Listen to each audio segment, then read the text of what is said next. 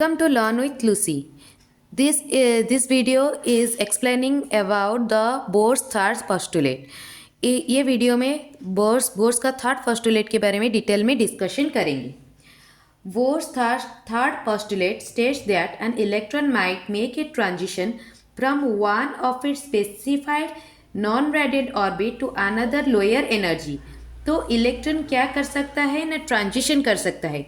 एक ऑर्बिट से दूसरे ऑर्बिट में वो क्या कर सकता है ना, ट्रांजिशन कर सकता है एक ऑर्बिट से दूसरे ऑर्बिट में. व्हेन इट डज सो, जबकि वो एक ऑर्बिट से दूसरे ऑर्बिट में ट्रांजिशन करता है, मतलब जाता है, a photon is emitted having energy equals to the energy difference between the initial and the final state.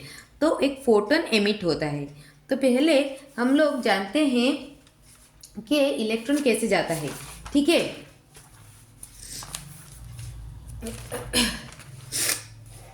तो बोला गया है ये है न्यूक्लियस, इसके चारों ओर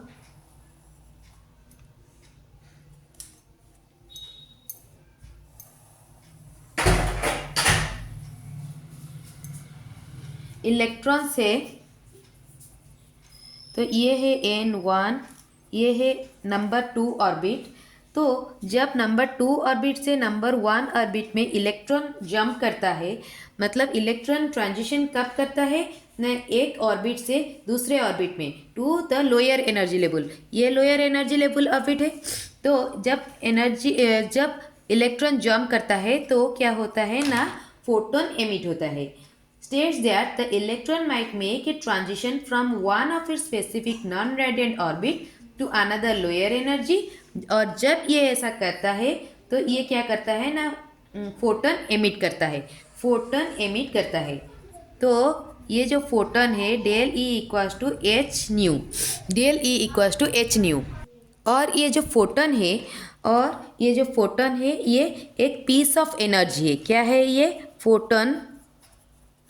फोटोन एक जो रिलीज करता है, ये एक क्या है ना, पीस ऑफ एनर्जी है, पीस ऑफ एनर्जी.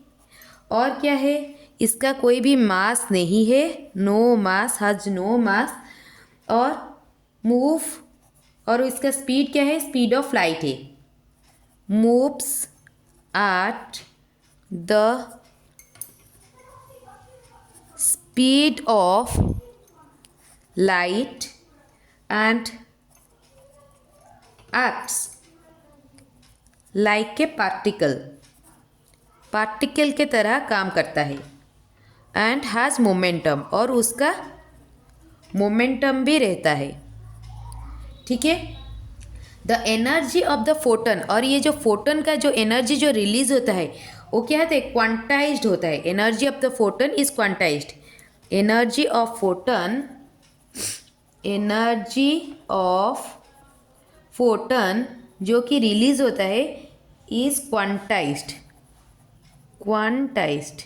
ठीक है, तो फोटन जो रिलीज होता है जब एक इलेक्ट्रॉन एक ऑर्बिट से दूसरा एक लोअर ऑर्बिट में ट्रांजिट करता है, तब एक क्या करता है ना, एक फोटन रिलीज होता है.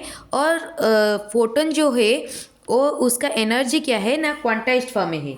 The energy of the photon, और energy of the photon is directly proportional to the frequency of the light.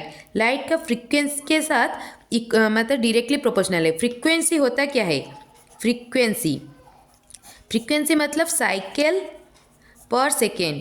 एक सेकेंड में कितना साइकिल कवर हुआ, एक सेकेंड में ये एक क्या है, साइकिल है. तो एक सेकेंड में ऐसा कितना साइकिल कवर हो रहा है, ये एक साइकिल है. तो एक सेकेंड में कितना साइकिल कवर हो रहा है. जितना फ्रीक्वेंसी ज़्यादा होगा उतना वेवफॉर्म क्या होगा, पास रहेगा. जितना फ्रीक्वेंसी कम होगा उतना वेवफॉर्म क्या होगा, दूर होगा. ठीक है ना.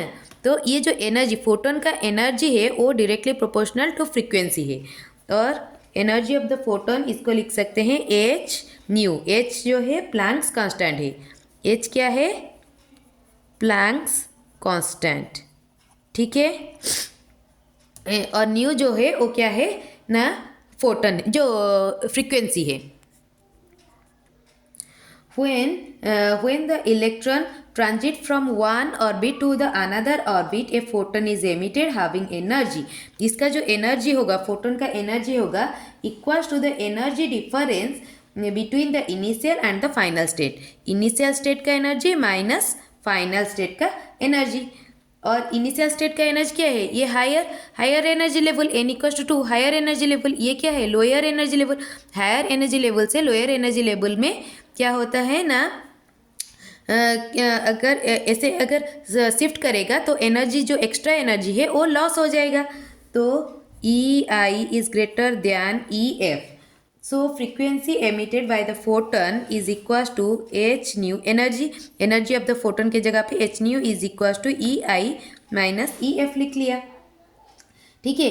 EI and EF are the energies of the initial and the final state and EI is greater than EF, क्योंकि ये हायर एनर्जी लेवल से लोअर एनर्जी लेवल में इलेक्ट्रॉन क्या हो रहा है ना, शिफ्टिंग हो रहा है.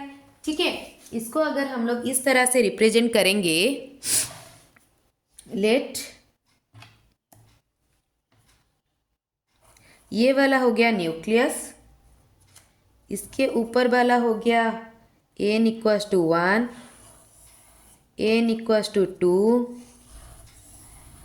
n equals to 3.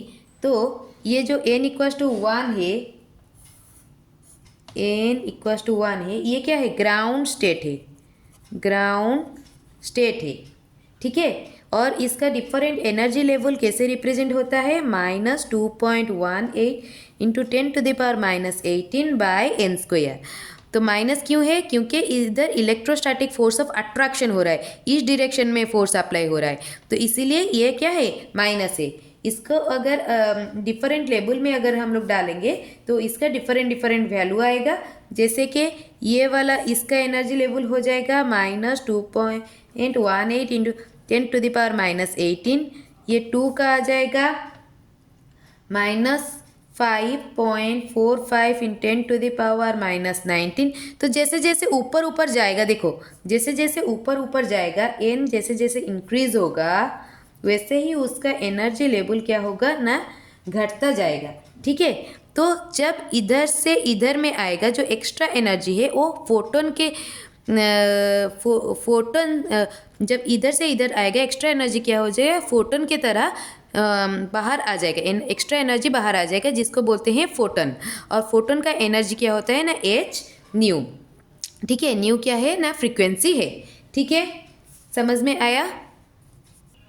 वैसे ही अगर एनर्जी जब हमारा लोअर ऑर्बिट से higher orbit higher energy level से लोअर एनर्जी लेवल में जब जाता है फोटोन रिलीज होता है. वैसे ही लोअर एनर्जी से अगर हायर एनर्जी में आएगा तो एनर्जी लेवल हम लोग इधर शो कर रहे हैं. जब हायर एनर्जी लेवल से लोअर एनर्जी लेवल में आ रहा है, एनर्जी क्या हो रहा है ना, लॉस हो रहा है. एनर्जी क्या हो रहा है? Energy emitted in term of photon के रूप में एनर्जी एमिट हो रहा है. पर जब लोअर एनर्जी से हायर एनर्जी में इलेक्ट्रॉन जाएगा, मतलब ऑर्बिट से निकल के बाहर जाएगा, तब क्या होगा ना, एनर्जी ऑब्जर्व होगा. तब क्या होगा? एनर्जी ऑब्जर्व होगा. तब एनर्जी ऑब्जर्व होगा. ठीक है. अगर मेरा एक्सप्लेनेशन आपको समझ में आया, please like, share and subscribe my channel and thank you for watching this video.